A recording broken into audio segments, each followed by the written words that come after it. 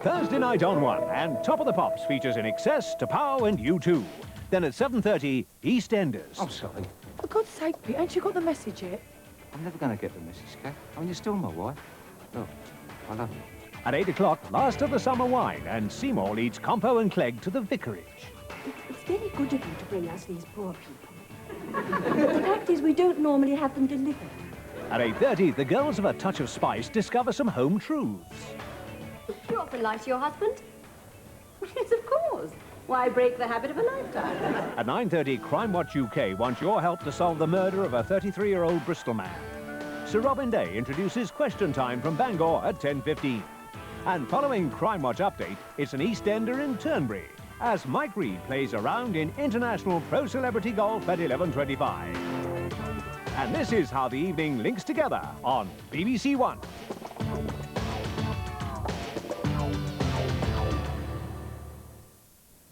In Look East tonight, the region's hospital managers are given a month to prepare plans to opt out of NHS control. The operation to save swans caught up in an oil spillage in Norwich. And me and my shadow heading for the top of the charts. These stories in Look East tonight at 6:30. Look East with Kim Riley and Louise Priest.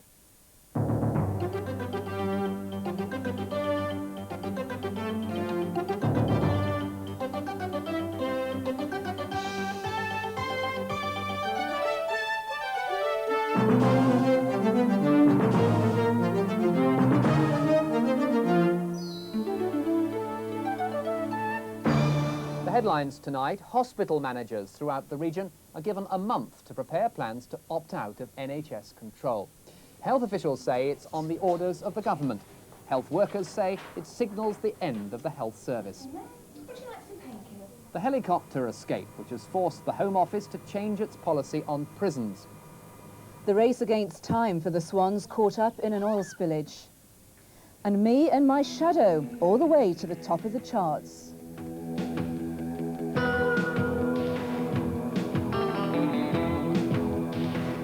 Good evening. Also later in the programme we talk to Frank Bruno. But first, a health authority in the region has been condemned by an animal welfare group over the repeated pollution of a lake in the grounds of a hospital. The Swan Rescue Service says oil is destroying waterbirds and other wildlife. A swan covered with thick black oil seconds after being pulled from the lake at Little Plumstead Hospital near Norwich. This is what has made the Swan Rescue Service so angry, with more birds severely affected by another spillage of hundreds of gallons of oil from the hospital's boiler house. This bird and her mate were preparing for the breeding season. Now they'll be lucky to survive. The oil has been pouring into the lake from an underground pipe, leaving a slick over large areas of the water, affecting birds, fish and other wildlife. Rescuers have a difficult job to capture the birds. And it's only when they're brought ashore that the real damage can be assessed. So luckily, she came closer this time.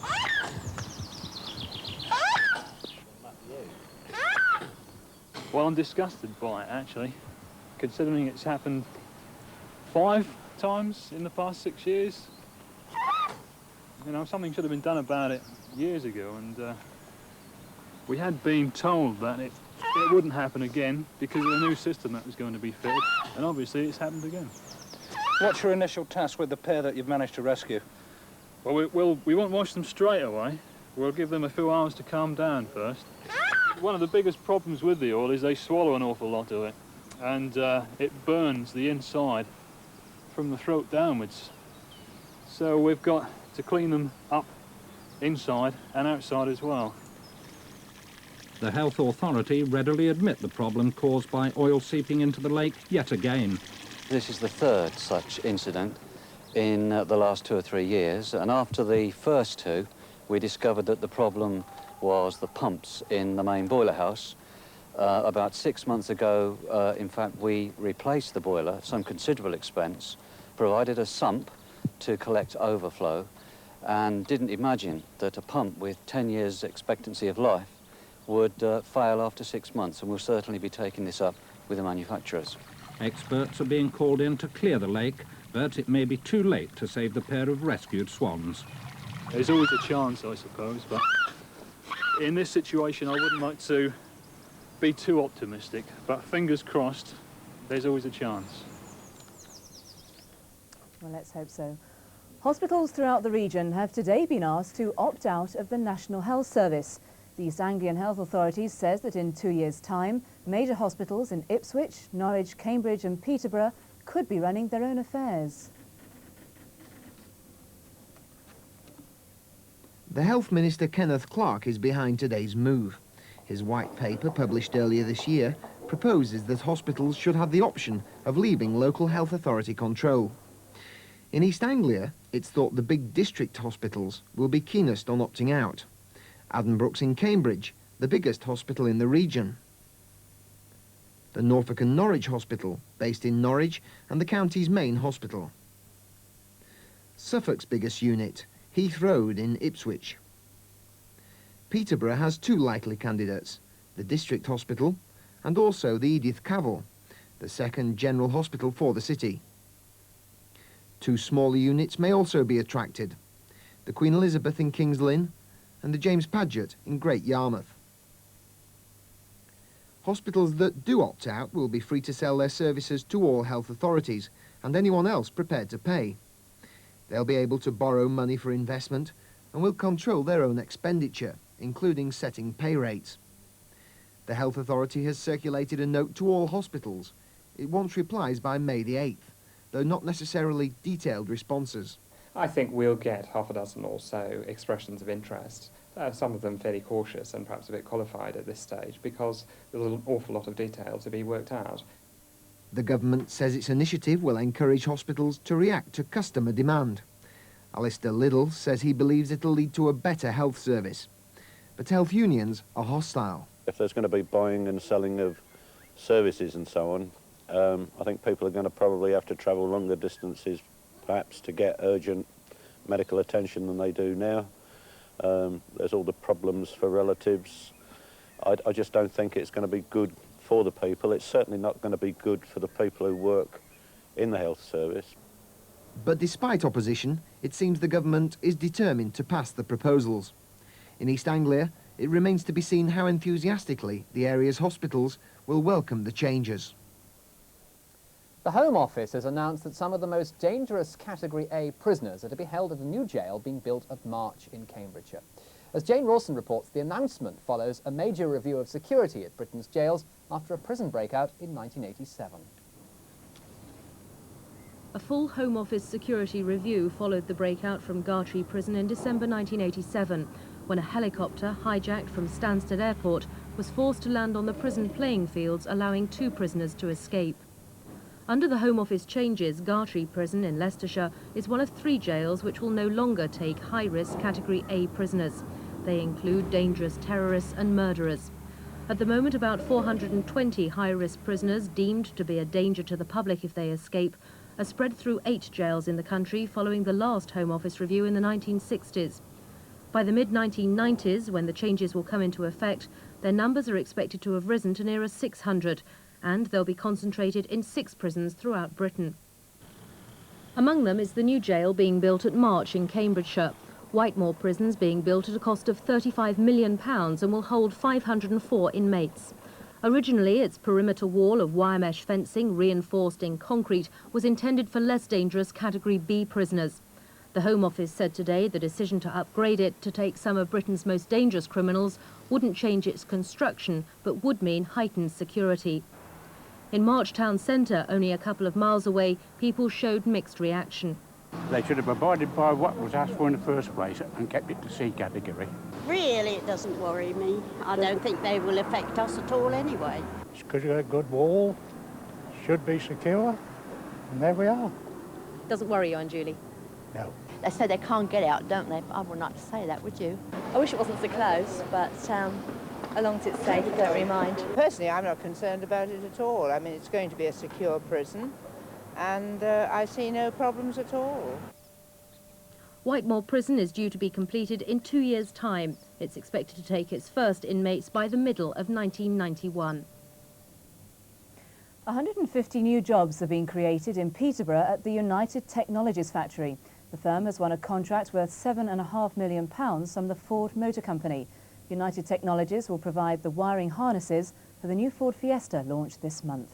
Golden Wonder is to invest £10 million in a factory at Corby and create 30 new jobs. The company is to extend the Hunters factory, which it bought last year after its own factory in Corby burnt down. The fire on the Earl Street industrial estate last September caused so much damage to the premises it wasn't possible to rebuild. The damage was put at £10 million, and Golden Wonder say the extension to Hunters will be paid for entirely out of insurance from the fire. Marconi Communications Systems in Chelmsford has won a large order for radio equipment from the Soviet Union. It's the first order from the Russians for 25 years. The company is to supply VHF communications equipment to control shipping in the Gulf of Nahotka in the Sea of Japan. 2 stations, one of them remotely controlled, will be re-equipped with Marconi technology to replace outdated Japanese transmitters. A fire has caused more than £1 million worth of damage to a food processing factory near Holbeach in Lincolnshire. It took 40 firemen most of the night to put out the blaze at the plant at Moulton Marsh. At first it was thought lightning had started the fire, but investigations have revealed that an electrical fault was to blame. Vegetables and packaging machinery in the factory were also destroyed. A woman cashier at a building society in Norwich has been robbed by an armed gunman for the 2nd time in under a month. Police have described security at the society as inadequate. The robber, who was armed with a handgun and wearing a stocking mask and blue woolen hat, struck at the Chelsea Building Society in Norwich's Upper King Street. He threatened the same woman cashier, who's recovering from a similar ordeal 3 weeks ago. As he walked in, he pulled the stocking mask down over his face. He produced a gun, and that's described as a small revolver-type gun, to a member of staff, a lady in there, demanded money and was given what's been described as an insignificant amount of money. He then left the building society by the same door, and as he walked out, he pulled the mask and the hat off and made his way across the road down into St Favour's Lane. The society premises are owned by a solicitor's firm. Today, police criticised security arrangements, which they say are lax at many building society agencies. Norwich recently has had 2 or 3 building society robberies in which guns have been produced. The reality is that, unfortunately, some of the building societies don't choose to go in for security measures. Has this one? No.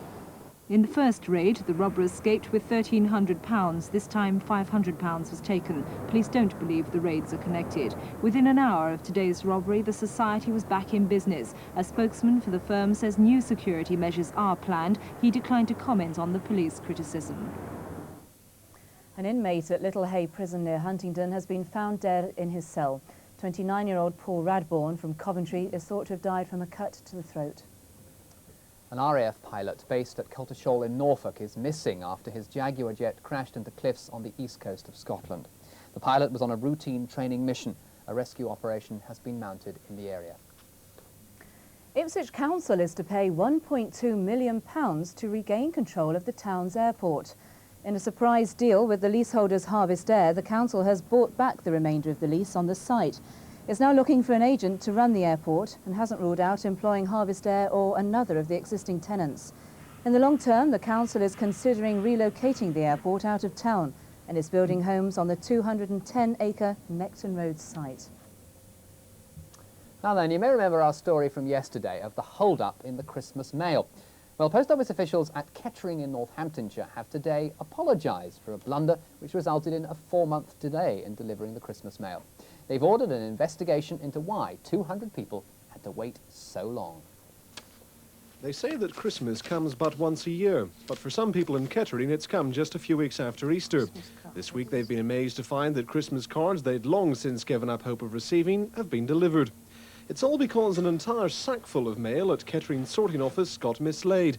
Somehow it became mixed up with some empty sacks and lay undiscovered for 4 months. It's nice to know you're not forgotten, but it does come as rather a shock. The person who sent it, what did they say when they heard how long it had taken?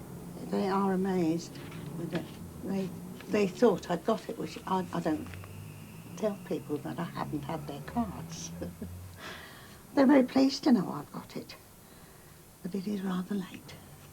Well, we're obviously extremely sorry that it's happened, and we realise the inconvenience it's caused all our customers, and we are conducting an investigation to find out why it happened and also to take action to make sure that it doesn't happen again. Were they worth delivering after all this time? Yes, because it's still, although it's very delayed, it is people's mail, and we must deliver, yes. Not very good, is it? I'm glad I didn't win the polls. The sender of Joan Taft's card lives just round the corner. If they delivered it by hand, it would have been at her home within a few minutes, rather than 16 weeks. Glad I didn't win the polls. I like that. Red faces at the post office. I suppose it's the thought that counts, and better late than never. Now, Andy, I've had reports today of a mini tornado raging around the place. Can this be true? Indeed, I think in parts of East Norfolk and East Suffolk there were reports of at least a funnel cloud, which is a tornado which hasn't quite reached the ground. It's certainly indicative that very heavy showers and thunderstorms have been dotted around the region, particularly the east of the region, this afternoon and this evening. Those showers will gradually die out tonight, but some showers will return tomorrow, and I'm afraid even the threat of some more persistent rain near the east coast late on tomorrow, and it will stay rather cool. Let's start with this evening. Well, we do have some showers dotted around the region at the moment, some of them quite heavy, still the risk of the odd rumble of thunder, but gradually those showers will die out as we go through the evening. Even some dry weather and some brightness still right over in the west, but it's very misty and some fog patches lingering near that east coast on those light east to southeasterly winds. As we go into the night, most of those showers dying out, as I said, so becoming dry but very misty, the fog patches turning up inland as well as along the coast. The wind's generally light, not too cold, generally down to about 4 or 5 degrees Celsius, which is around about 40 degrees Fahrenheit, so I think no frost problems tonight.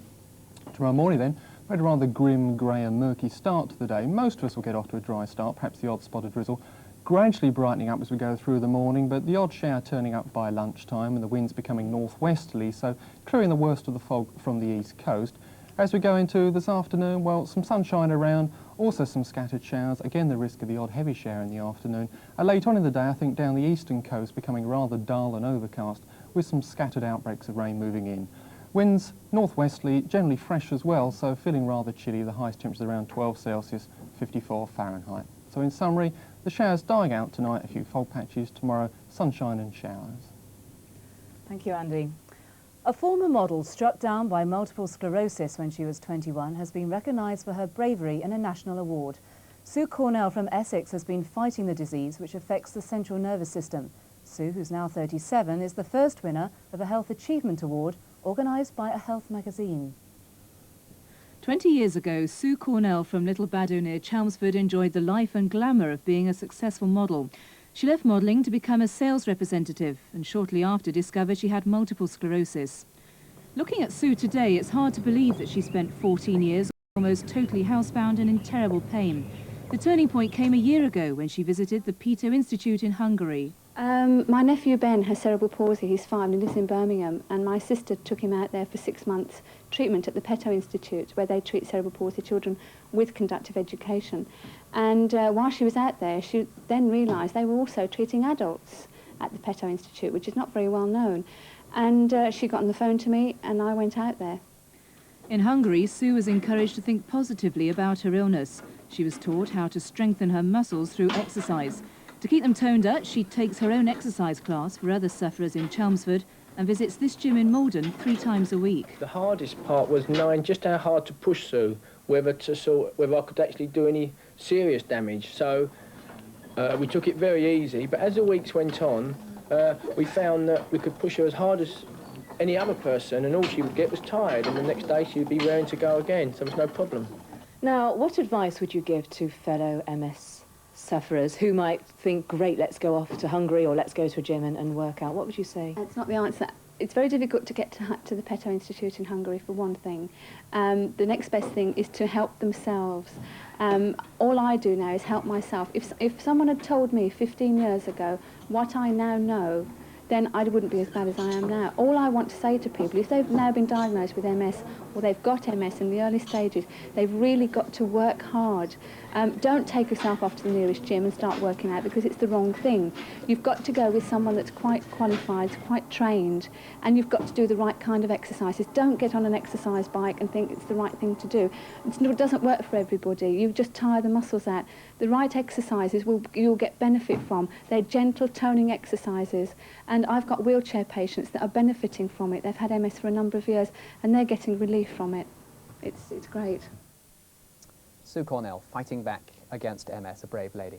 After her visit last night to a charity film premiere in Peterborough, the Princess Royal was back in the region today. She arrived in a Wessex helicopter at the Queen's flight at RAF Wattisham in Norfolk. An enthusiastic welcome from local schoolchildren who were waiting outside one of the hangars. The Princess's visit comes during celebrations of the 50th anniversary of the base's opening. In the station's number 2 hangar, she watched a ground crew arm one of the base's 31 Phantom jets with a full complement of missiles. Then she saw mobile radar equipment captured from the Argentinians during the Falklands War. RAF Wattisham is a frontline fighter station, and at the Princess's command, a deafening display by one of the quick reaction alert crews. In record time, a Phantom aircraft was roaring down the runway, lifting off into a dull Norfolk sky. A royal day at RAF Wattisham. Boxer Frank Bruno and pop group Wet Wet Wet join unemployed youngsters for a party on the Norfolk coast tonight. They're here for the annual Prince's Trust workshop, which ends tomorrow with a visit by the Prince of Wales himself. Sally Chidsoy now reports.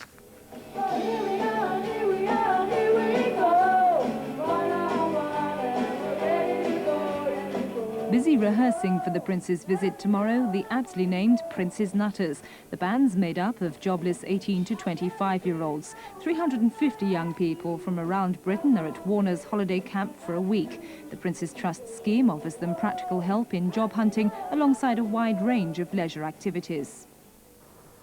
It's the scheme's 4th year at the holiday camp, and already it's being hailed a big success by those on the course.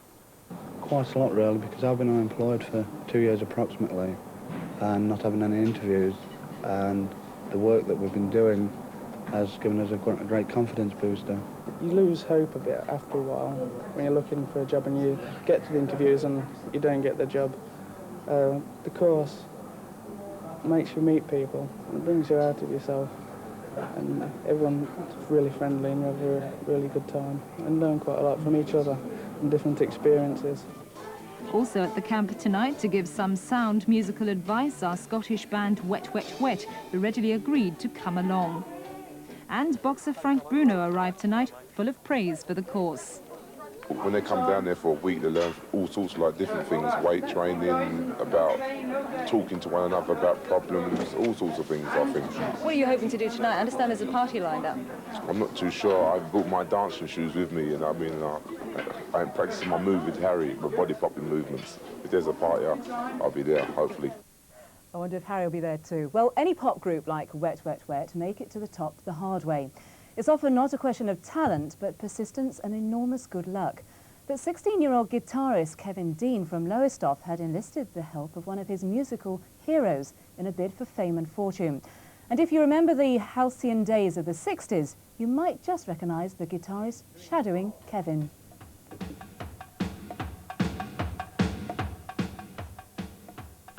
For most 16-year-olds, a video session for your first demo tape is just a dream. Inviting your musical hero to play along was a dream for Kevin Dean that came true. At his side, playing his composition, appropriately called Cloud 9, is Jet Harris, an original member of The Shadows, now something of a legend in music circles. In the heyday of Jet's time with the group, they were pop's superstars. This is Crackerjack from 1961.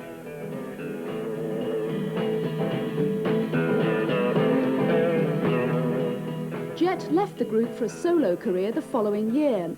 Kevin's parents were big fans, and although he wasn't born until 1973 and the era of punk, it was Jet's performances that inspired Kevin at 6 to take up the guitar. He now gives guitar lessons. They've provided the cash to make a video of 4 of his numbers to impress record companies. He sent Jet a tape of his music and invited his childhood hero over from Gloucester to play along on one of the tracks. Ever since I was young, I listened to Shadows tapes and I thought, oh, brilliant. And I got my parents to buy me a guitar, etc., etc. Now I'm this age, I thought, well, I'm going to make a promotional package and that'd be brilliant to get one of the sort of legends, you know, one of my guitar heroes down. So I wrote to him in there and bingo. Were you surprised when he agreed? Yeah, I can believe it. I can't believe it now, in fact. I'm still in a dream. In about 5 days' time, I'll think, oh, I dreamt all that, you know. Jet, who's just brought out an album celebrating 30 years in the music business, was flattered. Well, it was very good for my ego, but the truth is that he really wanted Eric Clapton, but his mother wanted to meet Jet Harris, you know, that's what it is. He says you're his childhood hero. What does it feel like to come face to face with somebody who has those thoughts about you? Well, it makes me feel ancient. But it's super, you know, that he asked me to come. I'm thrilled to bits. And have you enjoyed the sessions? Yes, very much so. Very tired now. It's been quite a long session. Jet came out of retirement 2 years ago with the revival of 60s music to play the clubs. The old pro rates the teenager highly. He's a good guitar player and excellent writer of music. He's fast, really fast. I've never seen fingers like it, and I wish him all the best. Despite the generation gap, Jet is now 50. Kevin reckons the combination has broad appeal. Jet said to me once, he said that he has a lot of young people at his concerts he does, you know, 18-year-olds, and if they see him with someone their age, you know, they might go, oh, good, I'll buy that, and it might be quite good, you know, so you don't know, it might be a hit.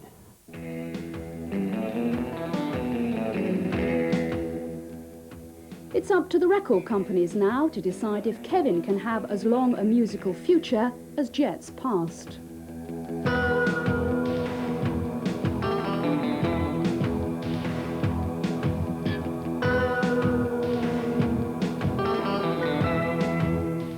Jet Harris was one of my childhood heroes. I was in a schoolboy pop group called the Phantoms, and I played biscuit tins, and I was jolly good. If you go down to Guilsborough Wildlife Park in Northamptonshire today, you're sure of a very big surprise. For one of their newest arrivals this spring is a very rare sight indeed.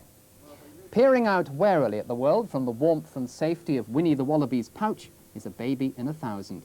Winnie and her mate are both grey wallabies, but their offspring is an albino. He's been immediately named Snowy by staff at Guilsborough. At 2 months old, he already knows the warmest place to be on a day like today. Although there are other babies around, it's thought Snowy will turn out to be the star attraction. But while others may stand and stare at this super marsupial, to his mum, he'll always be one jump ahead. And wasn't that nice? Good old the albino I still wallaby. can't get over this vision of you and the Phantoms. Yeah, well, let's get on with the headlines. Right. Tonight's closing headlines. Police in London have shot and killed 2 armed robbers. A third man was seriously injured. Scotland Yard's Special Firearms Squad moved in after an attempted raid on a post office. Paul Kane, one of the IRA men who escaped from the Maze prison, is on his way from the Republic back to Northern Ireland tonight under heavy guard. The East Anglian Health Authority has given hospitals in the region a month to decide if they want to opt out of the NHS. And the Home Office has announced it's upgrading a new prison being built at March in Cambridgeshire. Following a security review prompted by the helicopter breakout from Gartree Jail, it'll take some of Britain's most dangerous criminals. That's it from us tonight. Back tomorrow. Good night. Good night.